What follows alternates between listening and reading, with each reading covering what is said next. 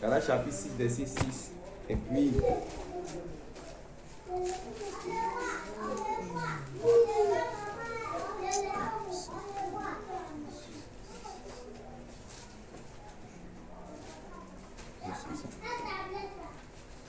Galates chapitre 6, verset 6.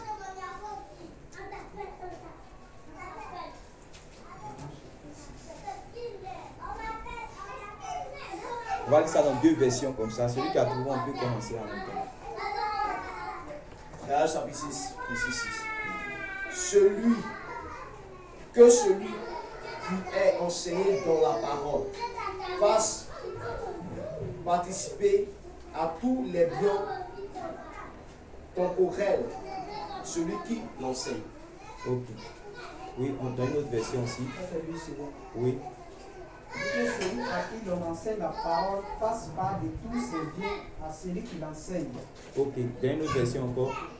Oui. Quelqu'un a une autre version encore? Une version plus simple encore.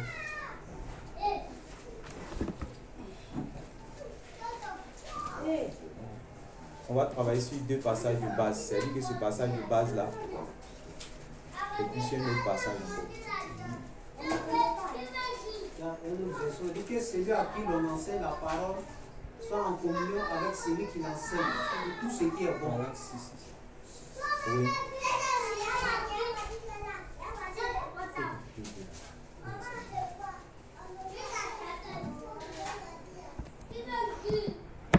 Oui. Celui qui reçoit la parole de Dieu Celui qui reçoit la parole de Dieu doit partager ses biens avec celui qui lui donne cet enseignement. avec celui qui lui donne cet enseignement. Voilà, ça c'est un passage. Continue maintenant. Continue dans une autre version. Continue ceux qui ont lu second. Oui. Quelqu'un peut lire, on va travailler. Il dit que celui à qui l'on enseigne la parole fasse part de tous ses biens à celui qui l'enseigne. Oui. Ne Continue. vous y trompez pas. Oui. On ne se moque pas de Dieu. Ne vous y trompez pas, on ne se moque pas de Dieu. Ce qu'un homme aura semé, Ce qu'un homme aura semé, il le moissonnera aussi. il le moissonnera aussi. Oui. Celui qui sème pour sa chair, Celui qui sème pour sa chair, moissonnera de la chair la corruption. moissonnera de la chair la corruption. Mais celui qui sème pour l'esprit, Mais celui qui sème pour l'esprit, moissonnera de l'esprit la vie éternelle. moissonnera de l'esprit la vie éternelle. En fait, ce passage que nous venons de lire, on a très souvent l'habitude de prendre ce passage-là quand on commence à partir de Galates chapitre 6, à partir du verset 7, où on dit que celui qui sème de la chair va moissonner réellement la corruption, c'est-à-dire la chair. Et celui qui sème de l'esprit va moissonner l'esprit, c'est-à-dire la vie éternelle. On a l'habitude de prendre ce passage-là pour prêcher par rapport au péché. Vous comprenez, non? Parce qu'on dit que si tu as sémé dans la chair, alors tu vas récolter dans la chair. Mais en réalité, quand l'apôtre Paul réellement avait donné ce passage-là, c'était précisément pour parler de comment est-ce que réellement on devrait donner. On ne doit pas donner dans un esprit charnel, mais on doit donner dans un esprit spirituel. Vous comprenez, non? C'est pour cela qu'on doit lire le passage là selon même le contexte.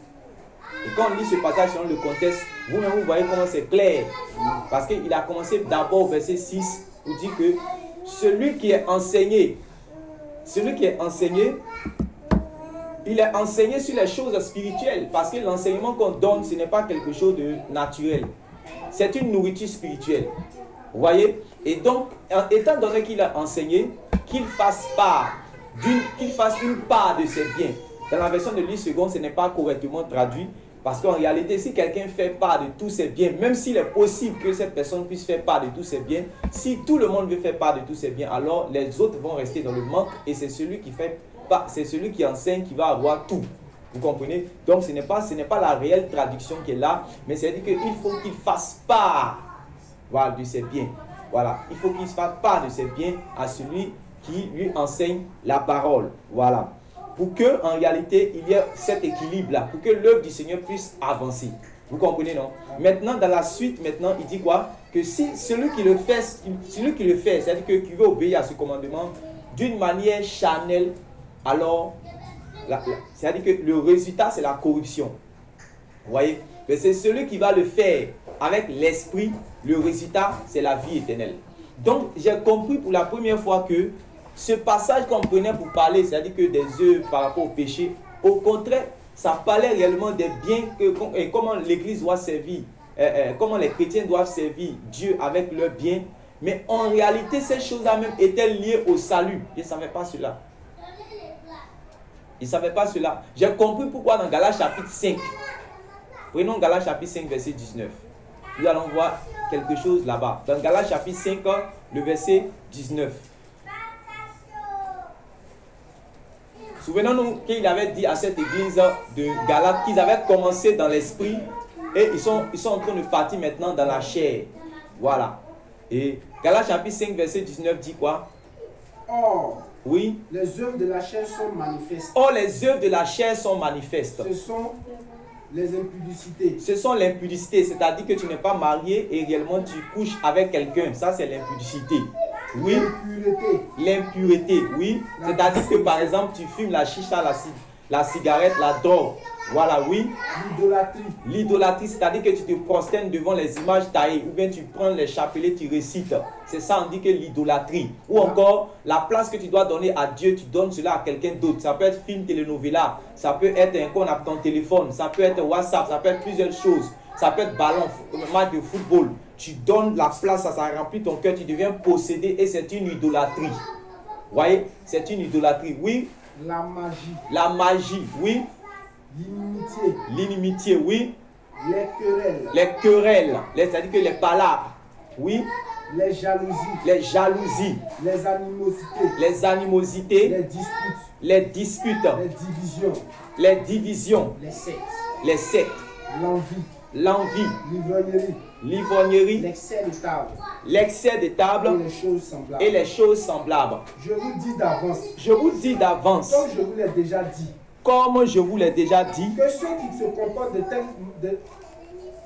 ceux qui commettent de telles choses. Ceux qui commettent de telles choses.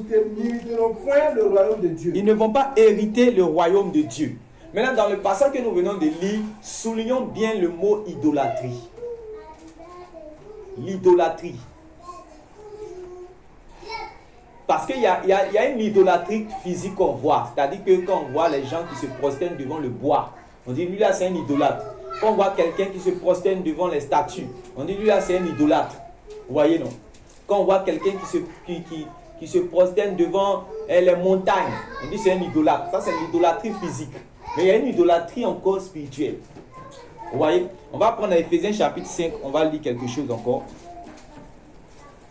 Éphésiens chapitre 5. À partir du verset 3. Éphésiens, c'est juste après Galates. On avance seulement. Éphésiens chapitre 5, juste après Galates. Au verset 3. Il va rester les mêmes choses, oui.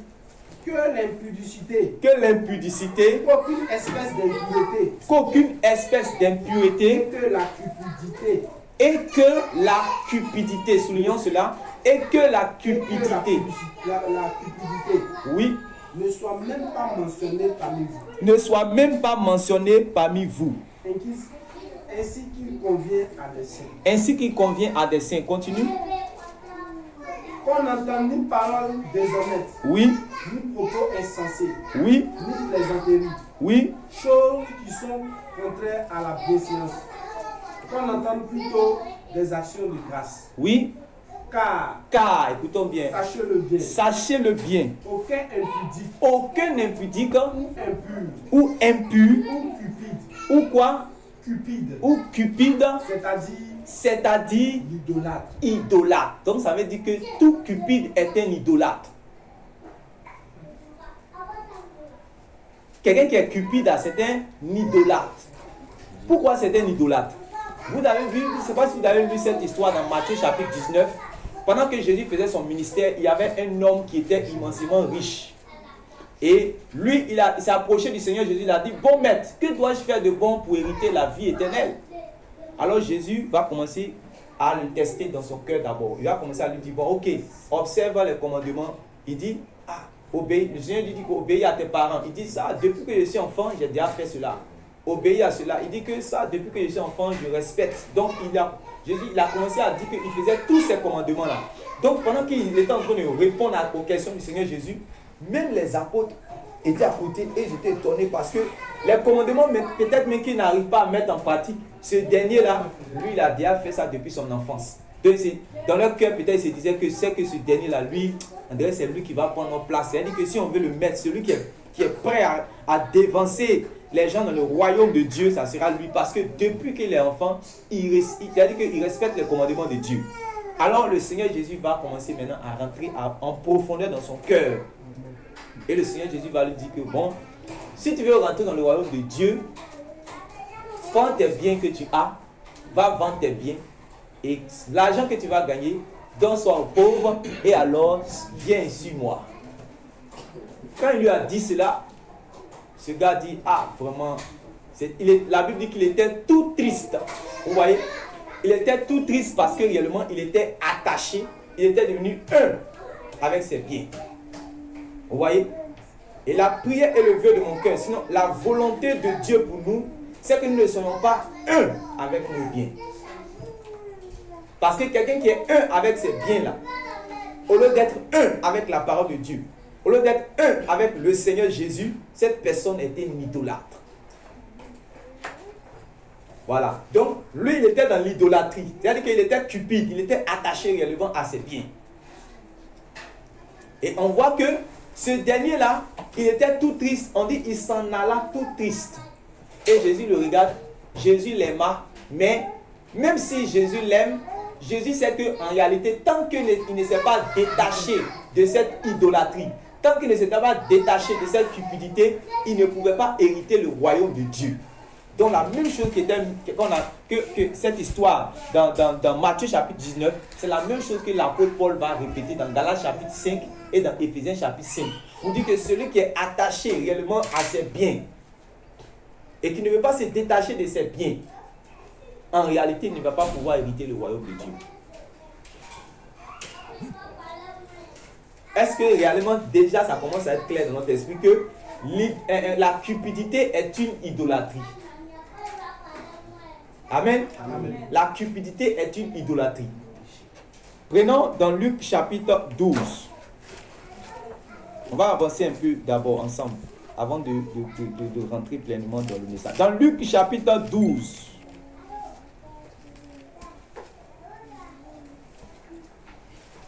Lisons à partir du verset 13.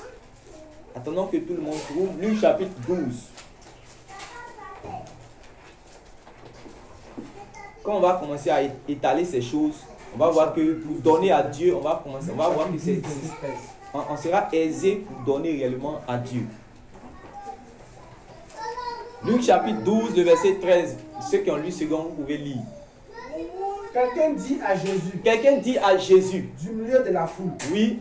Maître. Dis à mon frère. Dis à mon frère. De partager avec moi notre héritage. Oui. Jésus lui répondit. Jésus lui répondit. Ô homme. Qui m'a établi. Oui. Pour être votre juge. Oui. Ou pour faire votre partage. Puis il leur dit. Gardez-vous avec soin de toute avarice. Soulignez ça. Il dit. Puis il a dit, ça c'est les paroles du Seigneur Jésus lui-même. Puis il a dit, gardez-vous avec soin. Gardez-vous avec soin de toute avarice. Du désir de posséder trop. Parce que tout avare, il cherche à posséder. Un avare cherche à s'amasser même pour lui-même. Mais il ne veut pas relâcher. Il cherche à garder sans relâcher. C'est donc on dit que avare. C'est un avare. Il dit, gardez-vous avec soin de toute avarice. Beaucoup de personnes pensent qu'en réalité, pour aller en enfer, il faut simplement être idolâtre. Pour aller en enfer, il faut simplement tromper sa femme. Il faut tromper sa femme. Si tu es quelqu'un qui trompe ta femme, alors toi, tu es bien parti pour aller en enfer. Ou bien si tu es quelqu'un, réellement tu es dans l'impudicité, ou tu es une prostituée, ou bien tu as égorgé la tête de quelqu'un, c'est que toi, tu es bien parti pour aller en enfer. Alors que Jésus aussi a parlé de quoi? L'avarisme. L'avare, c'est celui qui ne veut pas se détacher de ce qu'il possède et qui cherche seulement à posséder. Mais qui ne veut pas se détacher. Et même quand il lui arrive de se détacher de réellement ses biens, il va prendre de son superflu. Il va prendre ce qui n'a pas de valeur. C'est pour cela quand vous lisez dans Malachie, dans le livre de Malachie, à partir du verset du chapitre 2, le chapitre 3, Dieu dit que lui, il est le roi. Et lui, en tant que roi, les enfants d'Israël viennent dans la maison de Dieu. Et quand ils viennent dans la maison de Dieu, ils prennent réellement les choses sans valeur. Ils prennent même des brebis chétives, c'est-à-dire qui sont boiteuses. Et ce sont ces choses-là qu'ils viennent donner comme offrande à l'Éternel. Et le Seigneur dit, attends, prenez ce que vous êtes en train d'envoyer là, envoyez ça à votre roi, à votre gouverneur, ceux que vous gouvernez. Vous allez voir si eux ils vont accepter. Et comme ils ne peuvent pas accepter cela, alors moi l'Éternel, moi qui suis le roi, ce n'est pas moi je vais accepter cela. Vous voyez? Donc le même principe, même dans le temps de la grâce, ça dit que c'est toujours en vigueur. C'est toujours en vigueur. On ne doit pas réellement venir donner à Dieu ce qu'on ne veut pas donner réellement aux maîtres qui sont même physiques. On ne peut pas donner cela à Dieu. C'est-à-dire que ce que je veux donner pour l'œuvre du Seigneur, ce que je veux donner pour que l'œuvre du Seigneur puisse avancer, voilà. Je ne peux pas faire, je ne peux pas donner quelque chose qui est sans valeur. Voilà. Il faut que je donne de tout mon cœur. Pour que je vois dans mon cœur si réellement je ne suis pas un idolâtre ou je ne suis pas avare. Si vous lisez dans d'autres versions cette partie-là, on dit gardez-vous avec soin du désir de vouloir posséder, trop posséder. C'est ça qui est avare. Lui, il veut seulement garder, il veut seulement recevoir, il veut seulement avoir les choses des frères ou bien des personnes, mais lui, il ne veut pas réellement se détacher. Et c'est ça qu'on voyait Judas en enfer. Il était le trésorier, il gardait les biens. Il faisait, le jour que la femme qui s'appelait Marie de Magdala, elle a pris le parfum qu'elle a cassé, il s'est même plaint. Voyez, il avait dit non que mais ça on pouvait prendre pour vendre, pour faire ces choses, alors que lui-même il était avare, il était attaché, c'était un voleur, puis c'était un avare. Et ça aussi, ça mène en enfer. Dit gardez-vous avec soin de tout avarisme. Amen. J'espère qu'on a souligné ce qui est, c'est que l'avarisme, c'est aussi mauvais que l'idolâtrie, c'est aussi mauvais que la prostitution, c'est aussi mauvais que la magie, la même chose. Oui. Puis il leur dit, gardez-vous avec soin de toute avarice, Oui. car la vie d'un homme ne dépend pas de ses biens, fut-il dans l'abondance. Car la vie d'un homme ne dépend pas de ses biens, fut-il dans l'abondance. Ça veut dire que quoi? Le Seigneur n'a rien contre l'abondance de quelqu'un si Dieu lui a fait grâce d'être dans l'abondance. Mais qu'il vive comme s'il n'était pas dans l'abondance en se détachant de ce qu'il possède. Continue.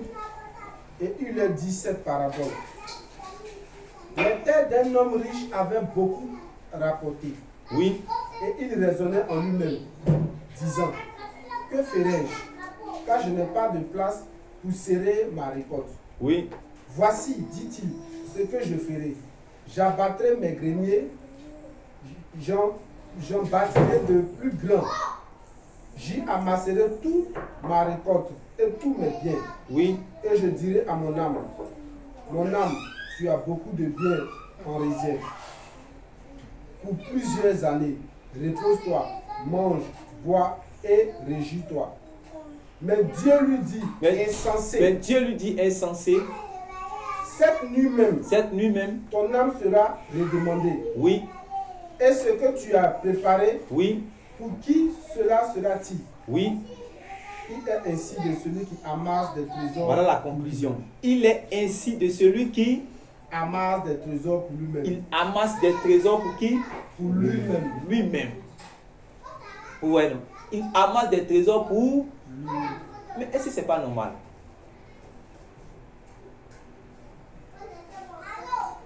Hein, les frères et sœurs? Est-ce que c'est pas normal d'amasser les trésors pour soi-même? Je vous pose la question, hein? C'est libre.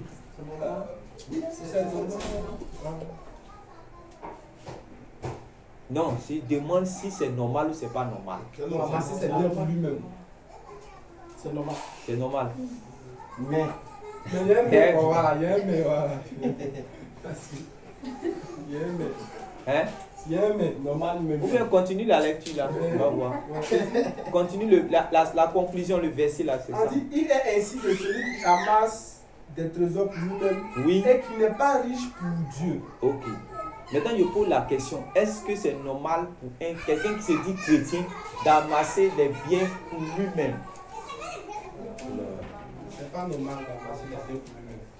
Vous comprenez maintenant? Voilà. Parce que le verset est clair.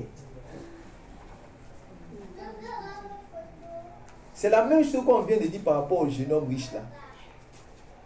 Il ne voulait pas être intendant, c'est-à-dire que de ses biens. Il ne voulait pas être, c'est-à-dire que celui qui est, comment on appelle ça même, qui est le gérant des biens que Dieu lui confie, mais il voulait être lui-même le maître de ses biens. Si toi-même tu es le maître de tes biens, tu seras dans l'idolâtrie. Si toi-même tu es le maître réellement de tes biens, que tu ne décides pas, c'est-à-dire que à confier ta richesse à Dieu, c'est-à-dire que cette richesse-là à Dieu, pour dire qu'en réalité, toi, tu n'es que la personne qui va gérer les biens que Dieu te confie. C'est comme les dons spirituels. C'est comme quelqu'un qui a des dons spirituels, puis pense que réellement ces dons-là, c'est pour lui-même. C'est la même chose que réellement aussi par rapport aux dons naturels, c'est-à-dire aux biens temporels. Il faudrait que réellement tu sois dans une posture où tu te dis que ça, c'est vrai que la chose, Dieu m'a accordé la chose, il m'a mis dans l'abondance, mais en réalité, c'est moi je vais gérer cela en tant que réellement, parce qu'il y a la gestion aussi des, quand on va parler de comment réellement gérer aussi ces biens, c'est très important.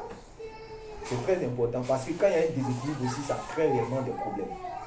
Vous comprenez? Donc, ce que le Seigneur a donné par rapport à cette histoire comme conclusion, c'est pour dire qu'en réalité, on ne doit pas chercher à s'amasser des biens pour nous-mêmes, mais d'être riche pour Dieu, ou d'être riche auprès de Dieu, ou d'être riche selon Dieu. Voilà. Maintenant, comment être riche selon Dieu?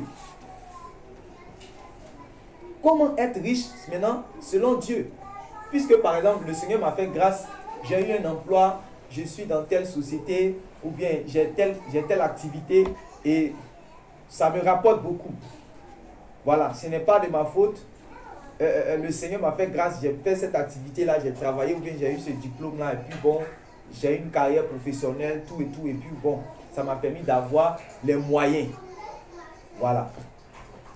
Est-ce que si comment on appelle ça même, j'habite dans une maison où il y a villa, où il y a tout ça, ce n'est pas mauvais. Vous voyez? Mais en réalité, il dit simplement que de ne pas être riche, de ne pas chercher à m'amasser les biens pour moi-même, mais d'être riche pour Dieu. Sinon, par exemple, l'apôtre Paul n'avait pas dit que je sais vivre dans l'abondance. C'est-à-dire qu'il peut arriver qu'un enfant de Dieu puisse vivre dans l'abondance. Mais en réalité, il faut qu'il y ait un équilibre par rapport au corps. Et ces choses-là, on va expliquer tout à l'heure. Vous voyez? Donc d'abord, continuons notre passage. On était au verset combien? 21. Au verset 21. On va au verset 22. Avant d'aller au verset 22, on va lire un autre passage. Au verset 33. Lui au verset 31 jusqu'au verset 33. Cherchez plutôt le royaume de Dieu, et toutes ces choses vous seront données par-dessus. Oui, continue. Ne crains point un petit troupeau, car votre Père a trouvé bon de vous donner le royaume. Oui. Vendez ce que vous possédez. Voyez-nous. En fait, c'est ce que Jésus était en train de prêcher pendant que le jeune homme est venu dire que lui veut avoir la vie éternelle. C'est-à-dire que ce n'est pas quelque chose de particulier par rapport à lui que Jésus lui a dit. Jésus dit en train de dire quoi? Il dit, vendez ce que vous possédez. Oui.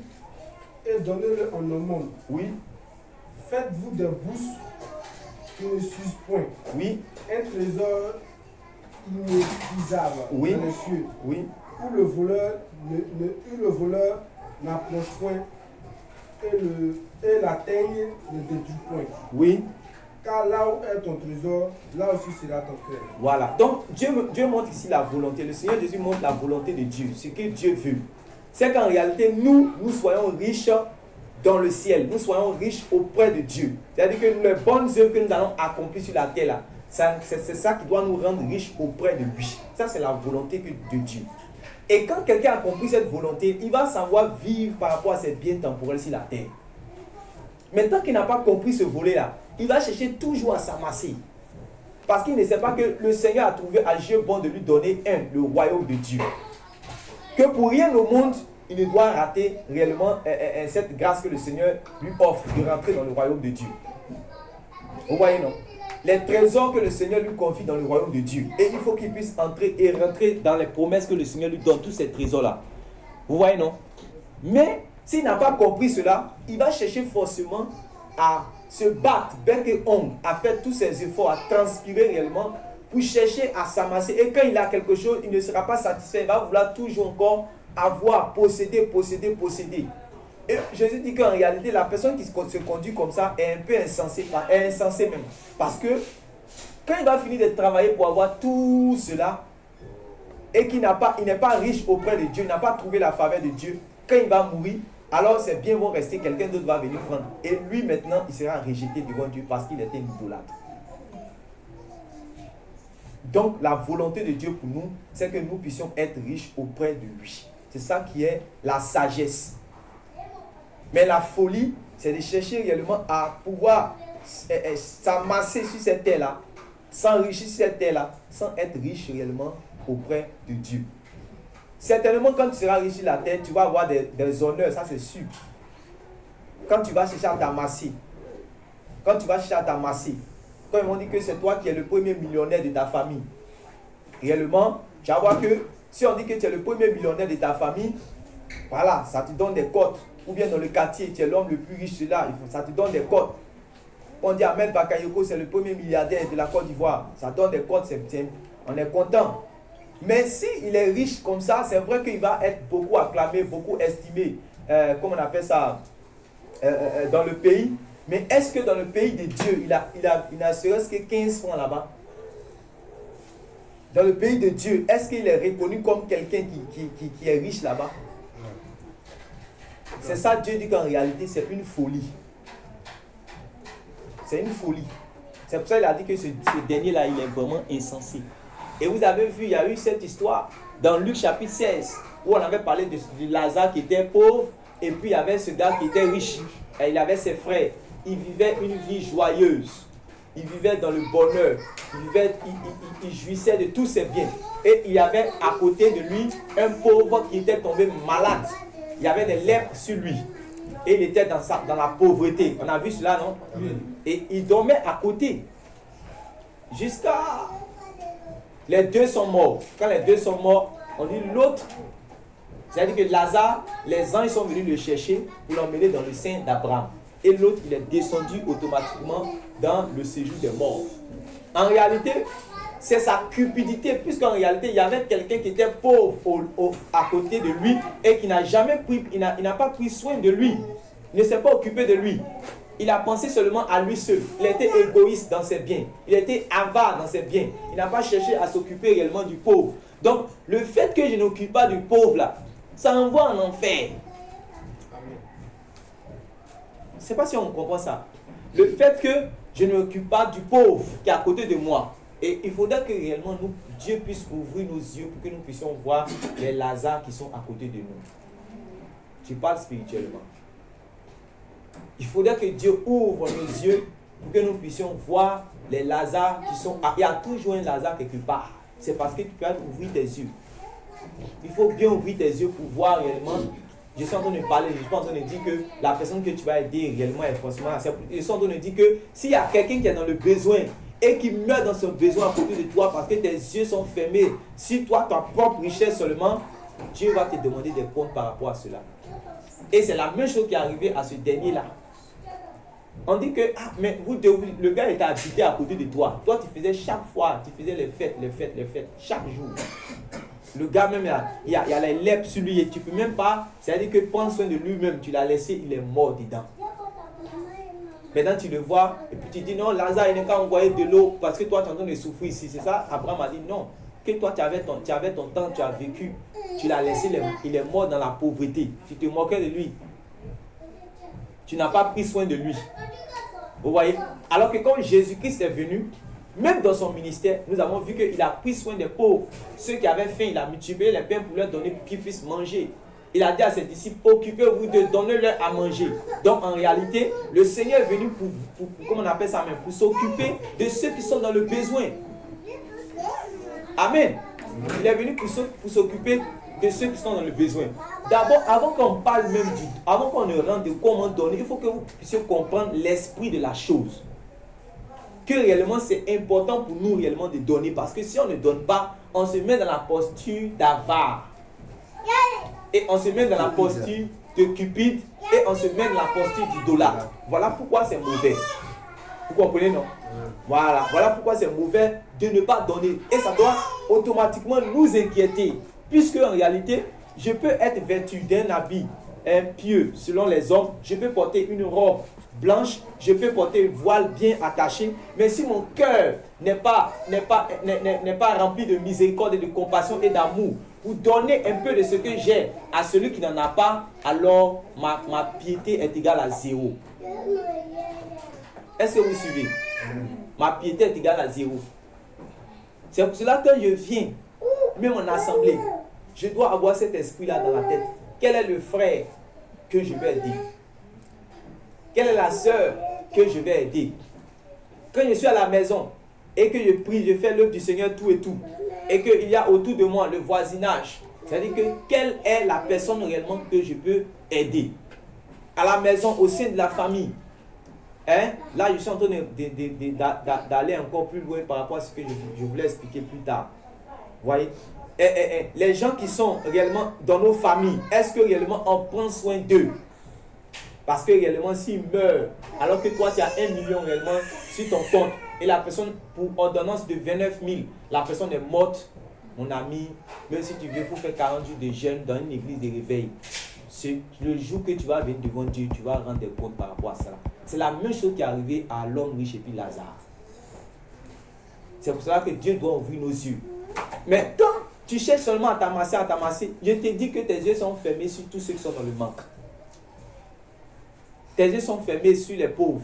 Tes yeux sont fermés sur les démunis. Tes yeux sont fermés sur les orphelins, les veuves. Tes yeux sont fermés sur ceux qui sont dans les difficultés. Parce que toi, ton but, si tu es arrivé, tu as atteint 1 million, il faut que tu atteignes 2 millions. Quand tu vas avoir 2 millions, tes amis ont 6 millions. Donc tu vas vouloir avoir 6 millions. Quand tu vas avoir 6 millions, il y a les gens qui ont 90 millions. Tu vas te battre bec et ongle pour atteindre les 90 millions. En temps, tu n'as rien fait réellement pour l'œuvre de Dieu. Et au moment où tu atteins les 80, tu voulais atteindre les 90 millions, au moment où tu avais 89 millions, tu meurs comme Arafat. Il ne savait même pas à quel moment où il allait mourir, et puis il est mort. On dit que c'est quelqu'un même qu'il a marié, ça fait même pas 2 ans, la personne qui va en prendre ses biens. Sa famille même, peut-être il y a d'autres qui ont dilapidé ses biens. Peut-être ses amis, même d'autres ont dilapidé ses biens. Pourtant, il a travaillé là, c'était pour avoir son argent. Mais il est mort comme ce dernier qu'on a dit là. Vous voyez? Et il y a beaucoup de personnes qui s'appellent chrétiens qui vont mourir dans cette posture-là aussi. Parce qu'ils ont un objectif à atteindre par rapport à l'argent. Ils ont un objectif à atteindre. Ils sont en concurrence avec des gens. Ils veulent prouver à leur famille qu'eux aussi, là, eux seront quelqu'un. Et donc, il faut que réellement, moi, je puisse avoir mon château aussi. Donc, il ne se bat forcément pour avoir son château. Il ne se bat forcément pour avoir son château. Il faut que nous, dans notre milieu, là, comment on appelle ça, mais dans notre ethnie, moi qui suis à Djokou, là, on fait les fêtes des générations. Donc, quand arrivé à un certain âge, si tu es venu à Abidjan, il faut que quand tu as atteint cet âge, tu puisses retourner au village pour montrer qui tu es devenu. Ouais, non. Donc, à partir de cette instant, on fait maintenant la fête là, on appelle ça Agbandi. Quand on fait la fête, c'est une fête pour montrer que, qu'on appelle ça même, tu es devenu quelqu'un. Voilà. Tu es devenu quelqu'un, donc tu dois avoir, tu vas inviter presque toute ta génération. Tu vas les inviter, ils vont venir manger chez toi. Et puis, après ça, tu vas porter tous les habits en or, les chaînes, tout ça, tu vas porter, puis tu vas passer dans la ville, dans la rue du village, ils vont dire que voilà, tu es devenu quelqu'un. Et ça fait qu'il y a des personnes qui étaient dans des situations difficiles, mais ils étaient obligés d'aller obligés d'aller s'endetter. D'autres ont fait des coups louches pour avoir l'argent, pour pouvoir venir faire réellement la fête là. D'autres se sont battus, elle est en train de se battre. Son enfant même réellement ne va pas à l'école. Mais comment elle va faire pour pouvoir faire sa fête là? C'est ça qui l'inquiète. D'autres ont livré les enfants à la prostitution. Va te marier avec telle personne. Va sortir avec telle personne. Il n'est qu'à te donner l'argent. Moi, je suis venu faire ma fête de Agandi. Et c'est ça aujourd'hui. C'est ça parce qu'en réalité, on est dans une affaire de concurrence. On veut prouver. C'est la même chose comme chez les bouteurs. Quand il a vu, il a vu qu'on dit que lui, là, il s'appelle Morrison Premier. Morrison Premier, on dit c'est lui qui tue Abidjan ici. C'est lui qui a l'argent. Voilà. Mais comme un Delta deuxième maintenant va faire pour avoir l'argent comme Morrison Premier. Il va faire quoi? Il a tapé clavier quand ça n'a pas marché. Il va dire bon ok, mais Morrison, comment tu fais? Quel est ton secret? Morrison va dire je connais un marabout qui a Koumassi. Allons-y là-bas. Et c'est comme ça, ils seront chercher maintenant, ils seront faire des pactes pour avoir réellement la gloire. C'est pas ça? Ils seront chercher des pactes maintenant pour avoir la gloire. Et ils font ça jusqu'à ils meurent dedans. Et il y a beaucoup réellement qui sont, même dans la possession. Vous voyez que dans le christianisme, il n'y a pas, c'est pas tout le monde qui va aller, par exemple, plonger la main dans les fétiches. Mais dès l'instant que même si tu ne plonges pas la main dans les fétiches et que tu te bats seulement pour t'amasser pour toi seul, en réalité, au moment où, c'est-à-dire que ce que tu avais comme objectif à atteindre, au moment où tu vas penser que tu vas vouloir atteindre là, la même chose qui est arrivée à ce dernier dans Luc chapitre 12, on va redemander ton âme. Et puis dit que tu es un insensé. Ce soir même, ton âme te sera redemandée. Maintenant, tout ce que tu as travaillé pour avoir là, c'est qui va recevoir cela? Quelqu'un d'autre qui était là. Et c'est pour cela, c'est comment ça se passe. La plupart des ministres d'avant qui ont travaillé, les Occidentaux en choses, ont influencé là. Ils ont travaillé, ils ont mis leurs enfants, la plupart de leurs enfants sont, comment on appelle ça, travail fréquent en Europe, tout et tout. Ils volent l'argent. Donc quand son enfant vient aussi, qu'on appelle ça, mais il vole l'argent aussi. Lui ici vole, son enfant vient, il vole. Quand son enfant vole 4 millions même, ils ont fait les fêtes à ses amis, ça ne lui dit rien parce que lui sait que réellement il vole. Jusqu'à... Il s'est dit que réellement, il va laisser un héritage. Dès qu'il meurt, son enfant là, puisqu'il n'a même pas pu élever son enfant, tous ces biens-là, c'est dilapidé. Souvent même, c'est les blancs là qui gèlent le compte et puis qui bloquent. Parce que la plupart de ces gens-là, c'est des gens qui ont cherché à vouloir vivre seulement pour pouvoir posséder les biens sur la terre. Et réellement, Dieu réellement les juge. Dieu les juge. Et ma prière, le vœu de mon cœur, c'est que nous ne puissions pas nous comporter ainsi. Parce qu'en réalité, ça aussi là, ça mène en enfer. Amen. Ça aussi, ça mène en enfer. Donc voici l'esprit de la chose. L'esprit veut que, c'est-à-dire que la volonté de Dieu, c'est que nous puissions être riches auprès de Dieu. Nous puissions être riches pour Dieu. Quand tu as compris cela, d'abord, tu peux savoir comment maintenant comment tu dois donner. Si on te dit que, voici comment on donne dans l'église, tu vas faire.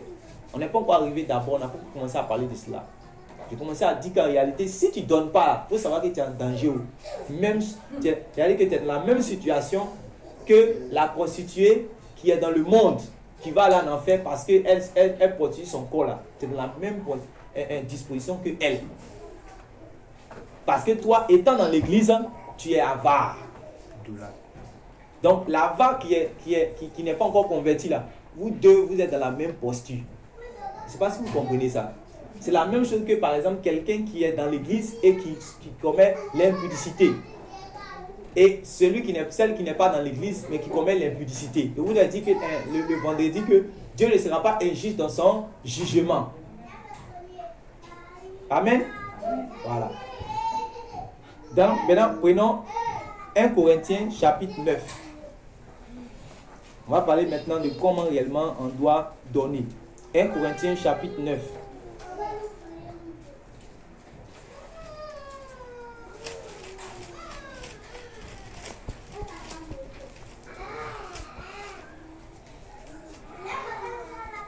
Lisons le verset 13.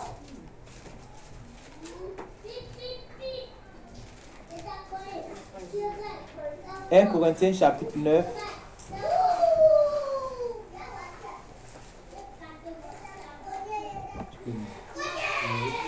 1 Corinthiens 9, 13. Non, commence à lire à partir du verset 1 même. On va aller doucement, doucement. 1 Corinthiens 9, à partir du verset 1. Ne suis-je pas libre? Ne suis-je pas apôtre? N'est-ce pas vu le Seigneur, n'est-ce pas vu Jésus notre Seigneur? N'êtes-vous pas mon œuvre dans le Seigneur? Si pour d'autres Je ne suis pas apôtre, je le suis au moins pour vous. Car vous êtes le sceau de mon apostolat dans le Seigneur. C'est là ma défense contre ceux qui m'accusent. N'avons-nous pas le droit de manger et de boire? N'avons-nous pas le droit de mener avec nous une sœur qui soit notre femme et les frères du Seigneur et s'effacent? Ou bien, est-ce que moi seul et Barnabas, nous n'avons pas le droit de ne point travailler? Qui jamais fait le service Qui jamais fait le service militaire à ses propres frères? À ses propres frères. Vous voyez, non? Qui jamais fait le service militaire à ses propres frères? Oui, continue. Qui est-ce qui plante une vigne et ne mange pas le fruit? Qui est-ce qui plante une vigne et ne mange pas le fruit? Oui. Qui est-ce qui fait paître un troupeau et ne se nourrit pas du lait du troupeau? Qui est-ce qui fait paître un troupeau et ne se nourrit pas du lait du troupeau? Oui. Ces choses, je dis, n'existent-elles pas dans les usages des hommes? Ces choses que je dis n'existent-elles que dans les usages des hommes? La loi ne les dit-elle pas aussi? Voilà. Il dit, regardez bien, la loi ne les dit-elle pas aussi? Pourquoi elle est dans la grâce et ils se rendent compte quelque chose qui est dans la loi pour parler aux chrétiens? Hein, les frères et sœurs? Pourquoi il est dans la grâce, dans la nouvelle alliance, et ils se rendent compte quelque chose dans la loi pour pouvoir expliquer les choses aux chrétiens? Ça veut dire que ce n'est pas... Nous, on pense que tout ce qui est écrit dans la loi, dès qu'on est dans la nouvelle alliance, tout est annulé. Tout est annulé.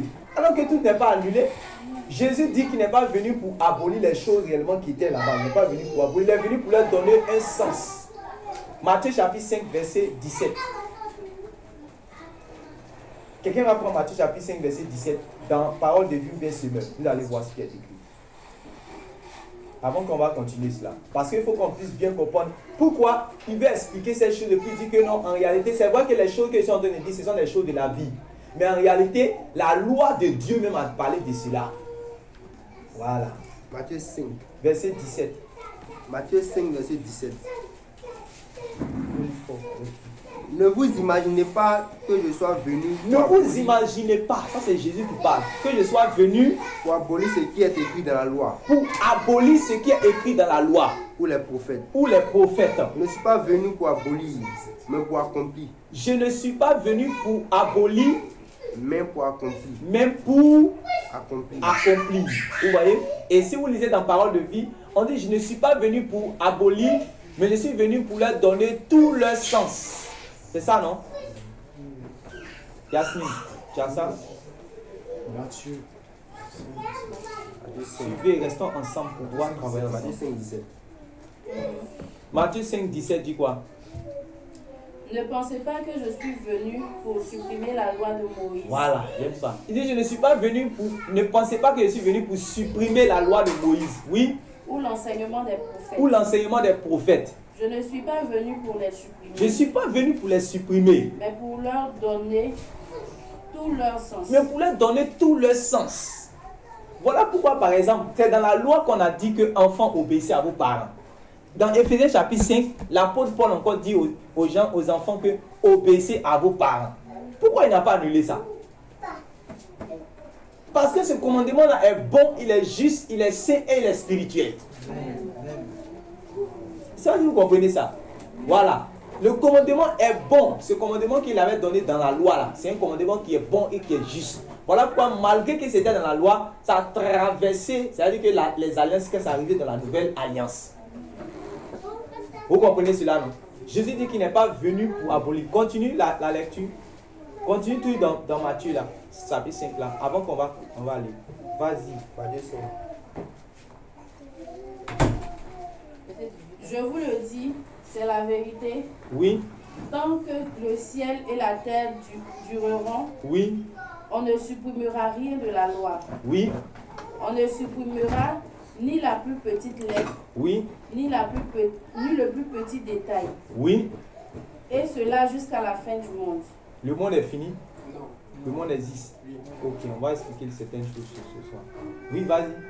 Supposons ceci. Quelqu'un désobéit à un seul commandement, le plus petit de la loi, et il apprend aux autres à désobéir aussi. Eh bien, cette personne-là sera la plus petite dans le royaume des cieux.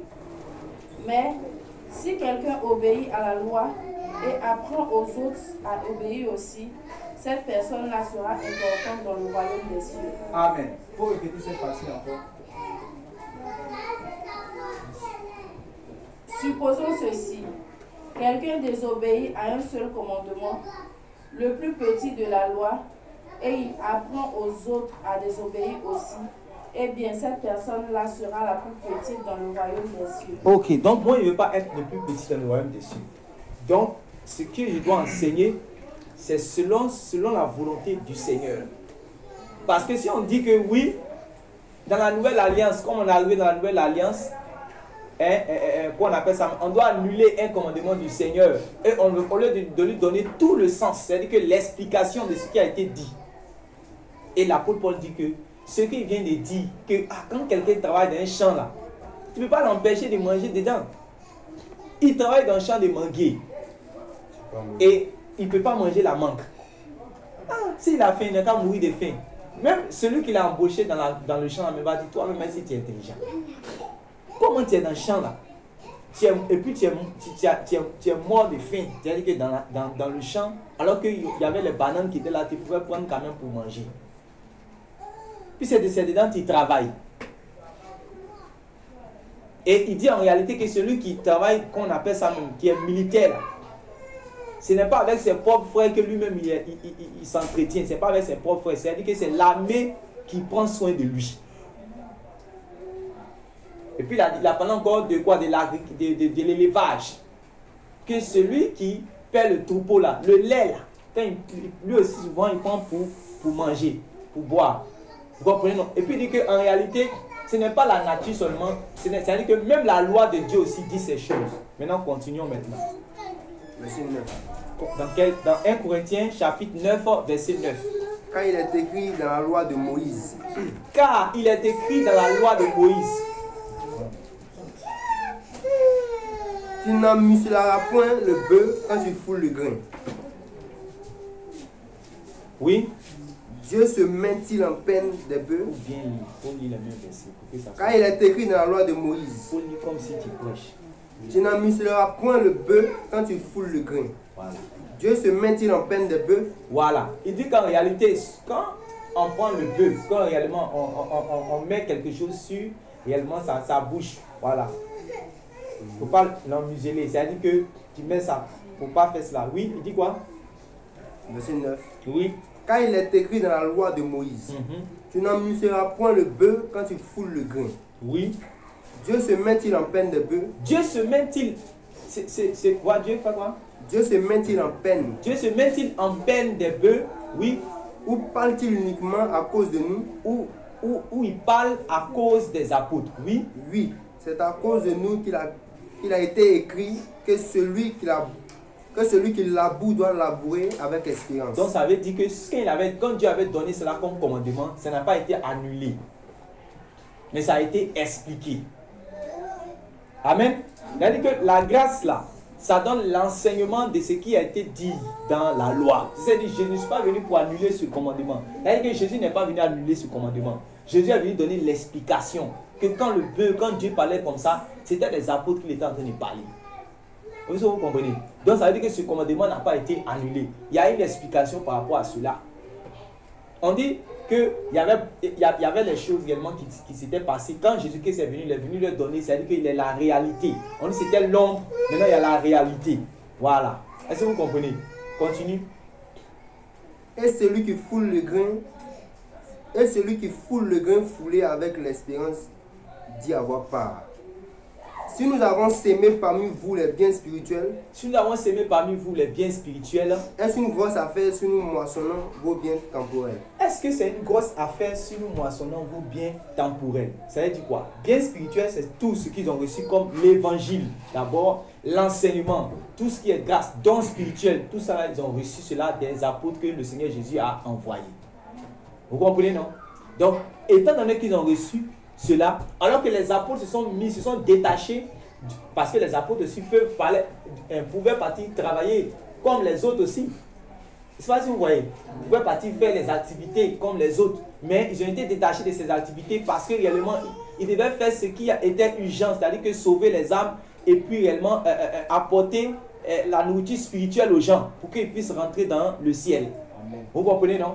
Pendant ce temps, les autres, eux quand même, ils ont le temps de pouvoir aller travailler, faire les sociétés, tout et tout.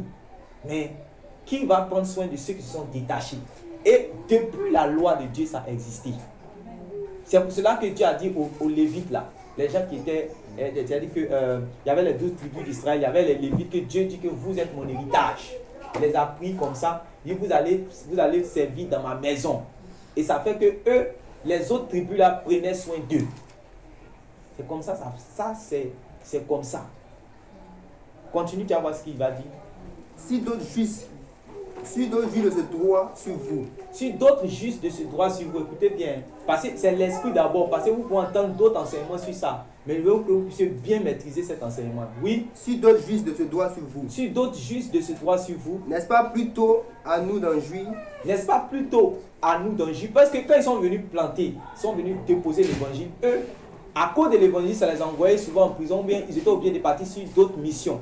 Et pendant ce temps, il y a d'autres qui sont venus. Comprenez? Il y a d'autres qui sont venus.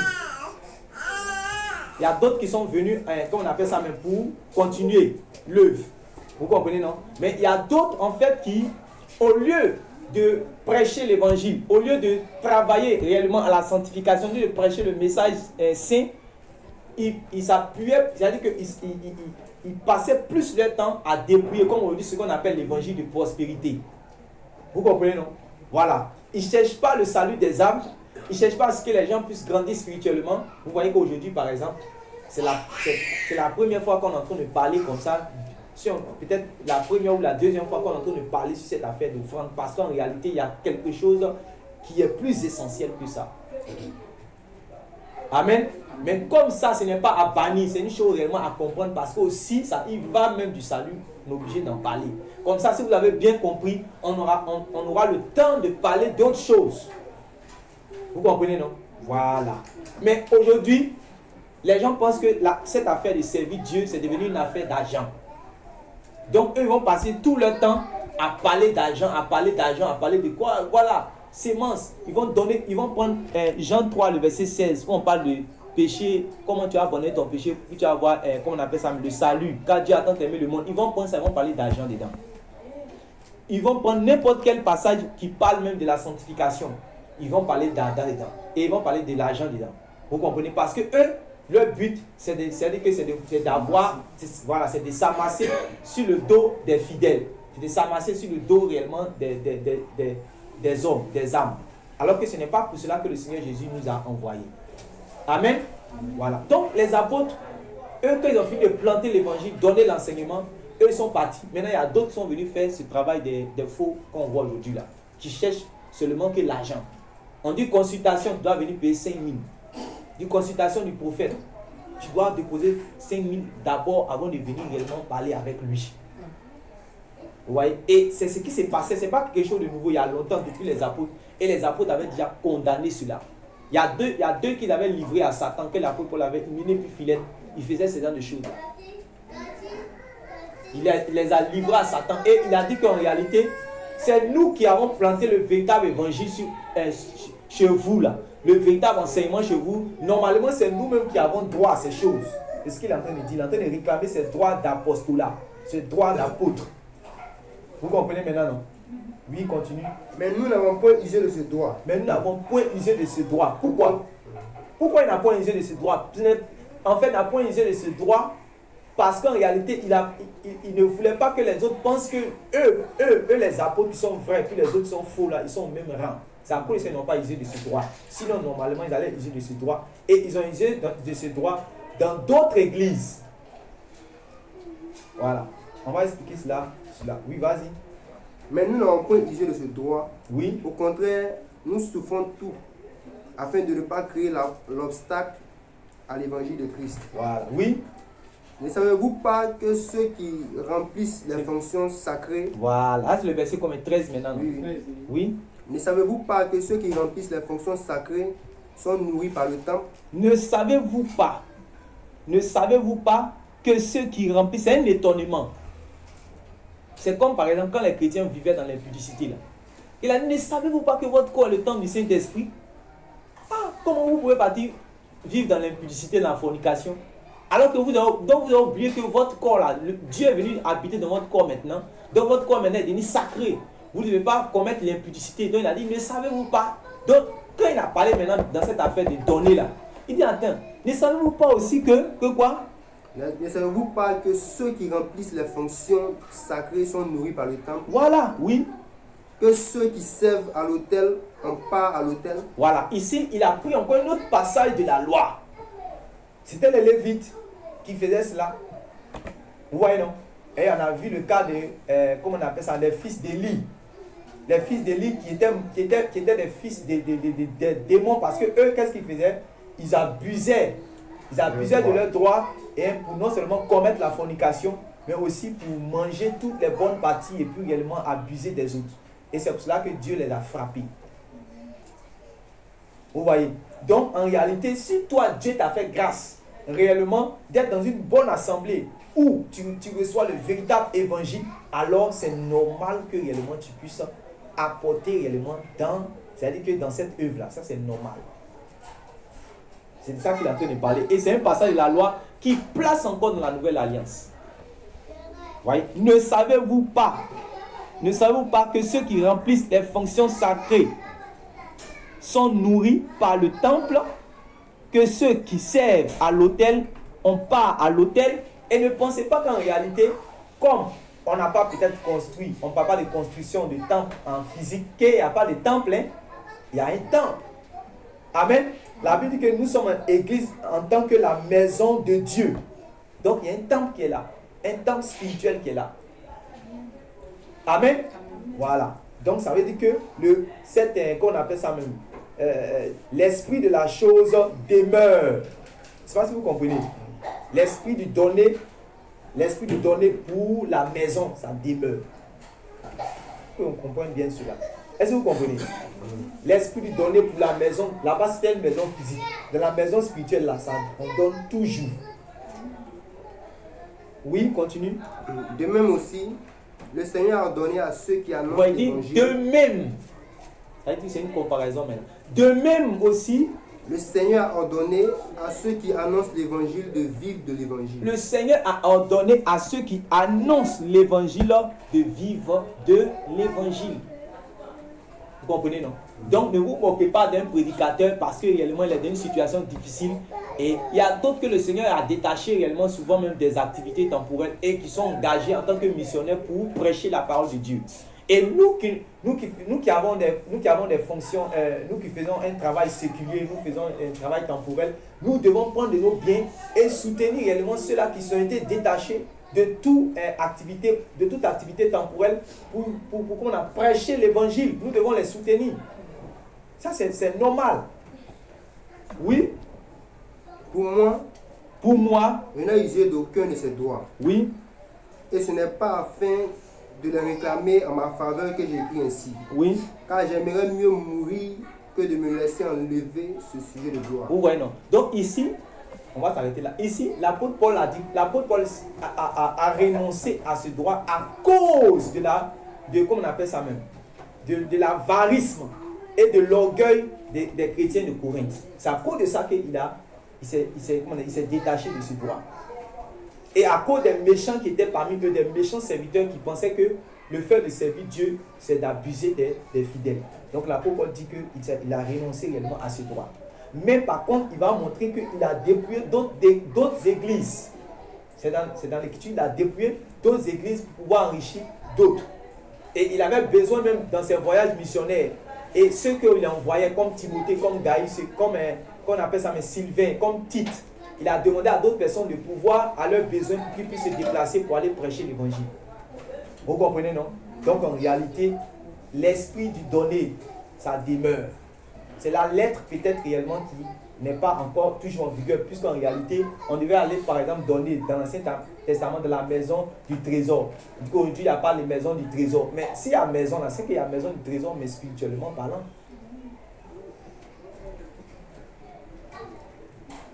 S'il y a des objections là, c'est-à-dire que s'il y a quelque chose que tu n'es pas d'accord, tu poses la question, on va t'expliquer. Mais il faut qu'on puisse comprendre que cette affaire de donner, ça continue toujours. Parce que là, réellement, où on ne va pas donner, il y aura réellement la saine loi spirituelle, il y aura la sécheresse. Là où il y aura une seule personne réellement qui va donner, c'est la seule personne qui donne là, qui sera agréable à Dieu. Le reste, ça sera difficile. Il faut savoir dans quelle terre où tu vas s'aimer. C'est vrai, ouais, non. C'est des choses, donc quand tu parles de cela, mais souvent aussi c'est nécessaire que tu puisses parler de cela, parce que si tu ne parles pas de cela, ça ne va pas aider. Sinon, réellement, il y a des grâces là-dedans. Il y a des fortes grâces là-dedans quand tu sais réellement que tu dois donner et que tu le fais de tout ton cœur sans chercher réellement à... Il m'est arrivé, là, vous donner un témoignage. Il m'est arrivé des moments véritablement très difficiles. Quand j'étais, comment on appelle ça même, je n'avais pas encore déménagé et puis j'étais en famille de l'autre côté, avec chez ma belle famille, tout ça. Et que je n'étais pas encore marié et tout et tout. Et puis je servais le Seigneur. Il y avait maintenant des frères que quand je prêchais, eux ils se sont collés à moi aussi et puis ils ont aimé le Seigneur, ils ont commencé à servir. Mais eux aussi ils étaient dans une situation, moi-même j'étais dans une situation difficile là. Pour eux même c'était plus grave même. Voilà, c'était plus fort pour eux.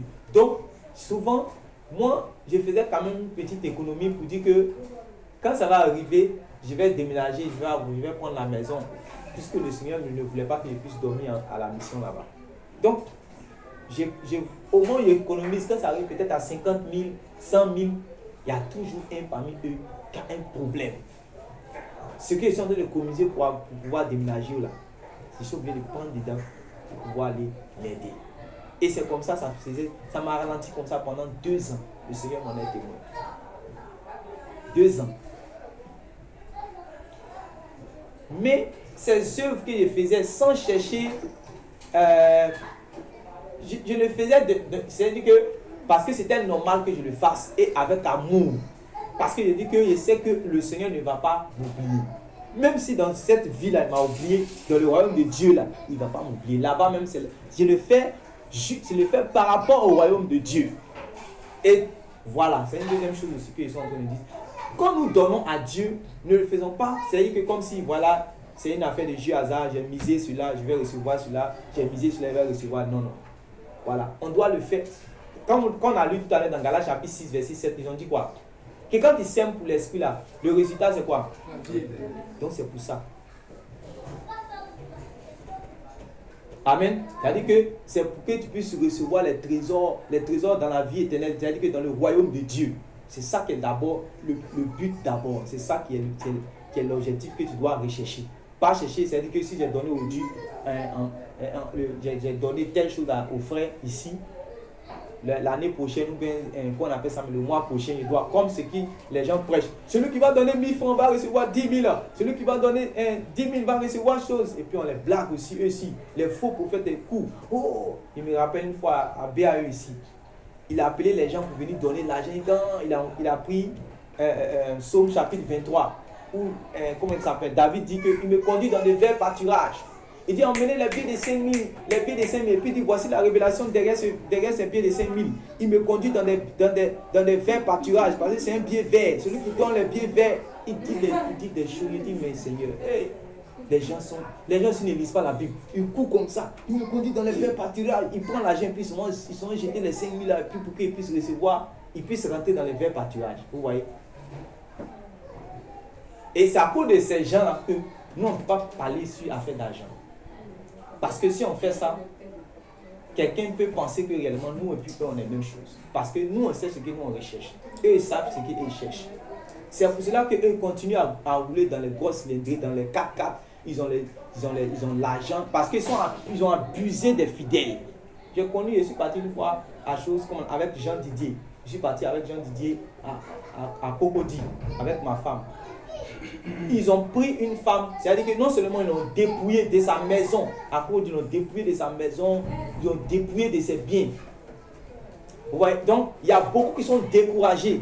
Quand on dit pasteur net, il entend voleur dans son esprit.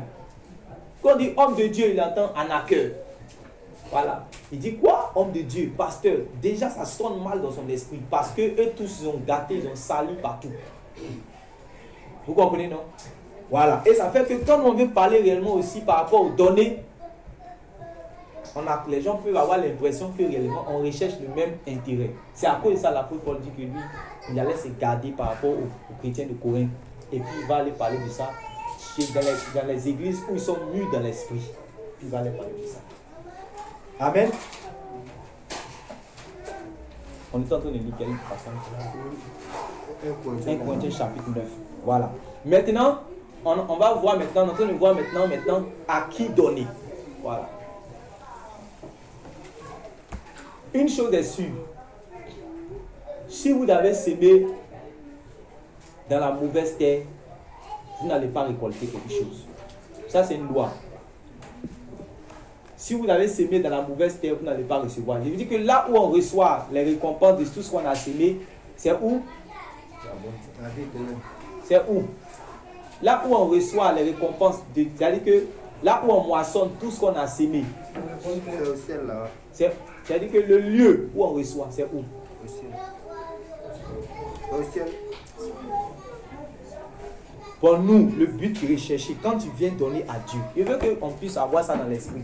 Je ne viens pas donner à Dieu dans le but d'être béni sur la terre. Je ne viens pas donner à mon frère, je ne veux pas aider mon frère qui est dans le besoin. Parce que peut-être il a besoin de maison, il a besoin de toit pour dormir. Et puis moi, quand je l'héberge, dans ma tête, c'est-à-dire que c'est ce que Dieu puisse me bénir sur la terre. Non, je ne dois pas avoir ça dans ma tête. C'est-à-dire que c'est dans le royaume de Dieu que Dieu va me récompenser cela. Parce que quand les gens font ça selon la terre, c'est ça qui fait qu'ils ont des... Il va commencer souvent à rappeler ici. Non, moi je l'ai lavé, moi je l'ai nettoyé ici. Moi je l'ai fait cela ici, j'ai fait cela. Je me suis occupé de lui, j'ai payé ses études ici. Il va toujours rappeler ces choses parce qu'il recherchait un intérêt sur la terre. Quand il fait une œuvre, s'il a donné 5 000 francs au frère Ismaël pour payer sa maison, là, tout le quartier va savoir qu'il a donné 5 000 francs au frère Ismaël pour payer sa maison. Parce qu'il cherchait quoi? Une gloire. Il cherchait. On dit ceux qui font ces choses, ils ont leur récompense. Alléluia. Pourquoi Jésus dit qu'ils ont leur récompense? Ça veut dire que c'est sur cette terre ici qu'ils ont leur récompense. Or, lui, il ne veut pas que les gens aient leur récompense sur la terre ici. Ils ont d'ores et déjà leur récompense. Ça veut dire que déjà, ils ont déjà eu la récompense qu'ils cherchaient. Parce qu'il est venu, s'il a payé les chaises ici, il va dire que non, c'est moi j'ai payé les chaises ici. Il va tout faire pour pouvoir montrer qu'il a fait la chose. Alors qu'en réalité, quand il fait cela, c'est charnel. C'est la corruption. C'est-à-dire que ce que tu voulais recevoir là, tu as déjà eu tu vas avoir quoi, l'estime. Ils vont dire, ah, c'est toi qui as fait, il n'y a pas de problème. Mais tu as annulé ta récompense dans le royaume de Dieu. Donc ça veut dire, quand Jésus parlait comme ça, il est en train de montrer le lieu où on doit être récompensé par rapport aux bonnes œuvres que nous avons faites sur la terre. Il y a un lieu précisément dans le royaume de Dieu. Maintenant, le Seigneur, par rapport à ce que nous faisons, en réalité, je veux dire quoi? Le but de rechercher, c'est d'abord là-bas. Mais comme c'est une loi spirituelle, ça va même avoir des effets sur la terre. Je ne sais pas si vous me faites comprendre. Vous comprenez, non? Ça peut avoir même des effets sur la terre selon la volonté du Seigneur. Comme par exemple, qu'il avait parlé du bien-aimé Gaïs. Parce que c'était quelqu'un, non seulement spirituellement parlant, ça allait, qu'il y avait une prospérité spirituelle, mais de ces biens-là, il prenait pour donner cela aux autres. Et à cause quand il faisait cela, ça faisait avancer l'œuvre du Seigneur. Voilà pourquoi Paul même priait à ce que, et Jean priait pour qu'il puisse avoir une prospérité même à tous égards, qu'il puisse se porter bien, qu'il soit en bonne santé, afin que cette œuvre qu'il fait là, ça puisse continuer, parce que les autres bénéficient de cela. Amen. Donc on est en train de voir maintenant à qui il faut donner. On va parler, par exemple, à qui il faut donner. D'abord, par rapport à 1 Corinthiens chapitre 9, on a vu qu'en réalité, la manière de donner, c'est-à-dire que dans la maison de Dieu, ça existe toujours. Donc, on donne dans la maison de Dieu.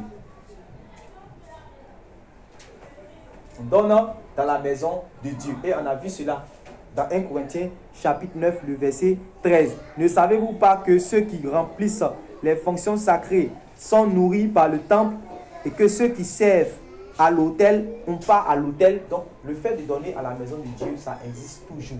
Et dans Actes chapitre 2, vous pouvez voir cela. Actes chapitre 2, quand les pierres ont commencé à prêcher, les apôtres ont commencé à prêcher, il y a eu plusieurs âmes qui se sont converties, qui sont venues dans le Seigneur. Et quand ces personnes-là se sont converties, qu'est-ce qui s'est passé? On dit qu'ils persévéraient, ils avaient 4 persévérances. Ils persévéraient dans la prière, dans la fraction des pains, dans l'enseignement, et puis dans quoi encore là? Dans la communion fraternelle. Et ils ont opté pour un régime. Et c'est là aussi il faut faire la part des choses. Eux-mêmes, ils ont opté pour un régime qu'ils allaient obéir, c'est-à-dire qu'ils allaient respecter ce régime.